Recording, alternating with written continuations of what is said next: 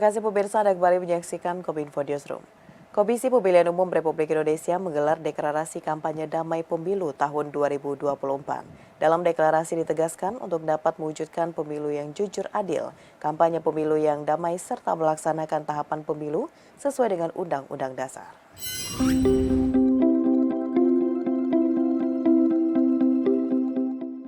Deklarasi kampanye damai jelang pemilu 2024 dilaksanakan hari ini 27 November 2023 di Gedung KPU Republik Indonesia, Jakarta. Acara ini dimulai dengan kirap pemilu yang kemudian dilanjutkan dengan penyerahan rekor muri. Selanjutnya, penyerahan bendera parpol peserta pemilu 2024 dari KPU kepada parpol diiringi lagu Indonesia Pusaka. Deklarasi pemilu damai dihadiri langsung oleh pasangan Capres-Cawapres, yakni Anies Baswedan Muhaimin Iskandar, Prabowo Subianto Gibran Rakabuming Raka, dan Ganjar Pranowo Mahfud MD. Selain tiga pasangan Capres-Cawapres tersebut, acara ini juga dihadiri oleh pimpinan partai politik dan anggota DPD yang hadir dalam deklarasi ini. Usai deklarasi dilaksanakan, terdapat penandatanganan fakta deklarasi kampanye pemilu damai yang disaksikan oleh Ketua KPU, Ketua Bawaslu, Ketua DKPP.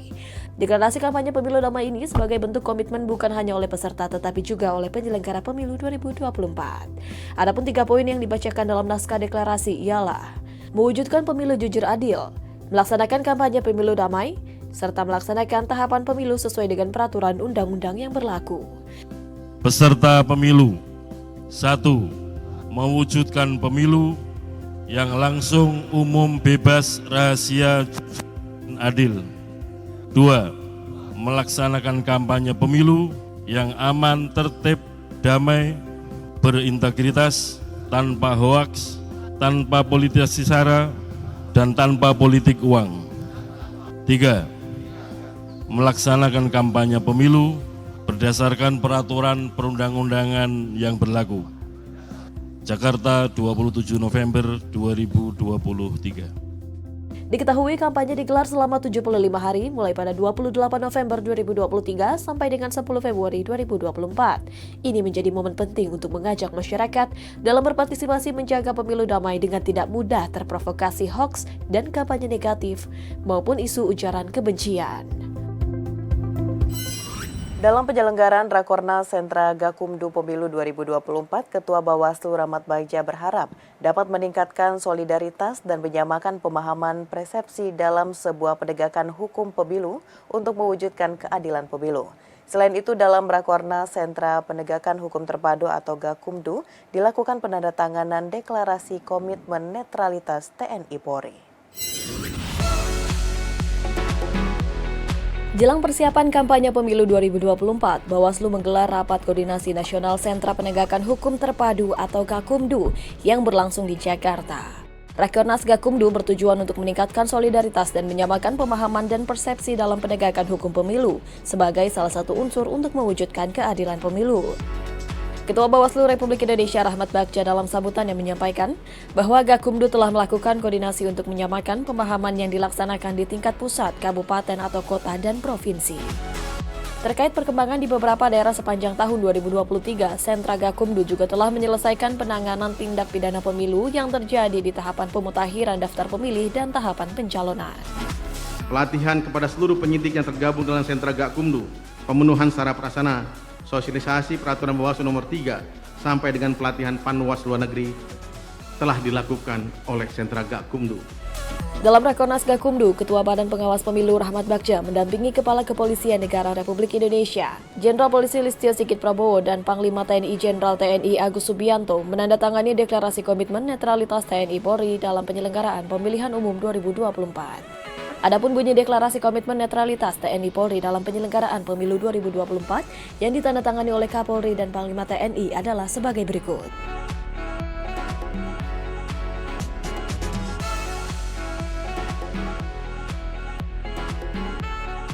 Dalam kesempatan yang sama, 3 pasangan calon presiden dan wakil presiden resmi menandatangani deklarasi kampanye damai, tertib dan taat hukum peserta pemilu tahun 2024. Dengan ini, ketiga pasangan Capres-Wapres Anies Baswedan Muhaimin Iskandar, Prabowo Subianto Gibran Rakabuming Raka, dan Ganjar Pranowo Mahfud MD mendukung terselenggaranya pemilu yang penuh damai. Selain Capres dan Cawapres, para perwakilan partai politik pemilu 2024 ikut membacakan poin-poin deklarasi tersebut.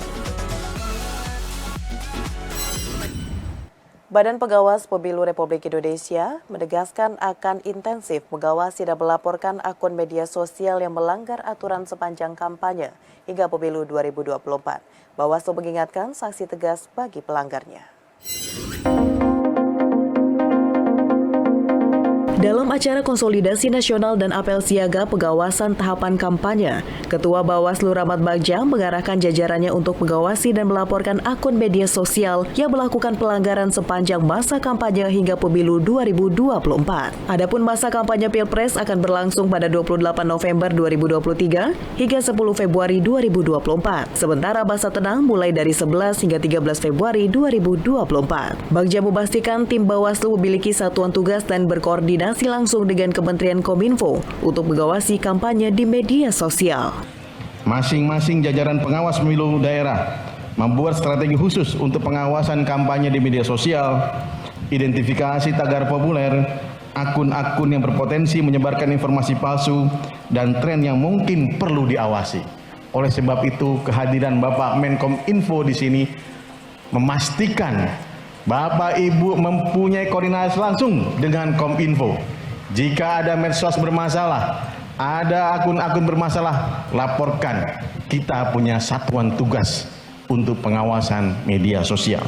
Selain berpatroli di media sosial, Bawaslu juga bekerja sama dengan koalisi masyarakat sipil seperti Mafindo dan ICT Watch guna memastikan tidak adanya hoaks maupun fitnah selama masa kampanye hingga pemilu 2024. Namun apabila terjadi pelanggaran, pihak Bawaslu akan melakukan penelusuran dan pengkajian laporan tersebut. Bagja menegaskan tidak akan memandang bulu dalam hal menindak pelanggaran dan berharap pelaksanaan pemilu tahun 2024 berjalan lebih baik. Pemilu ke-6 setelah Orde Baru. Pemilu ke-6 setelah proses demokratisasi dimulai. Dan saya yakin Bapak Ibu di sini, kawan seperjuangan di sini, sahabat yang akan melakukan tugas pengawasan di sini adalah orang-orang terbaik. Komisioner Komisi Pemilihan Umum Idam Kholik meminta partai politik memperhatikan kaum disabilitas pemilu 2024. Idam menegaskan penyelenggaraan pemilihan umum harus menegakkan perlindungan hak asasi manusia termasuk kelompok rentan. Dalam acara dengan tema Bedah HAM Menakar Implementasi dan Proyeksi HAM dalam Pemilu 2024, Komisioner Komisi Pemilihan Umum Idam Kholik mengungkapkan bahwa KPU memiliki kepedulian terhadap hak-hak disabilitas terutama dalam konteks pemutakhiran daftar pemilih. Hal tersebut tertuang dalam Peraturan Undang-Undang Pemilihan Umum Nomor 7 Tahun 2017 Pasal 5 menjelaskan tentang dalam proses pemilu harus memperhatikan hak dipilih dan memilih disabilitas, yang dimana disabilitas punya hak yang sama.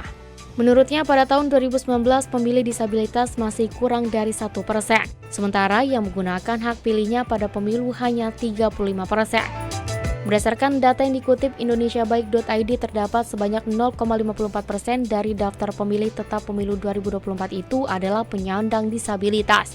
Tepatnya sebanyak 1.101.178 dari 204,8 juta lebih pemilih.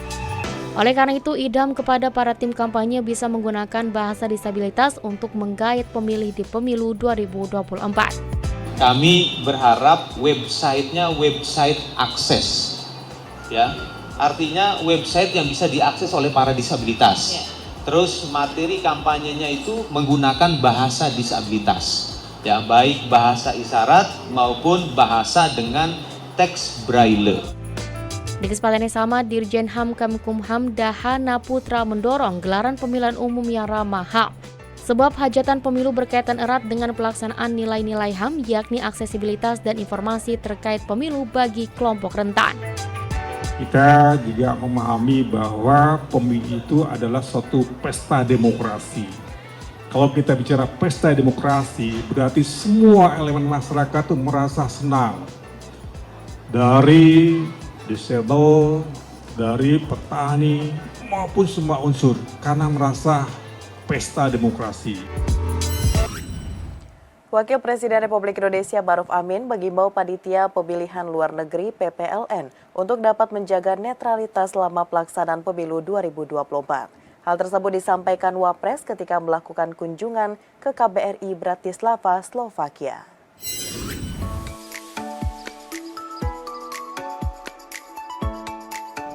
Dalam kunjungan kerjanya ke Slovakia, Wakil Presiden Republik Indonesia Ma'ruf Amin mengunjungi KBRI Bratislava, Slovakia, dan mengimbau kepada seluruh petugas penyelenggara pemilu di luar negeri, termasuk KBRI Bratislava, untuk dapat menyelenggarakan pemilu dengan baik dan menjaga netralitas.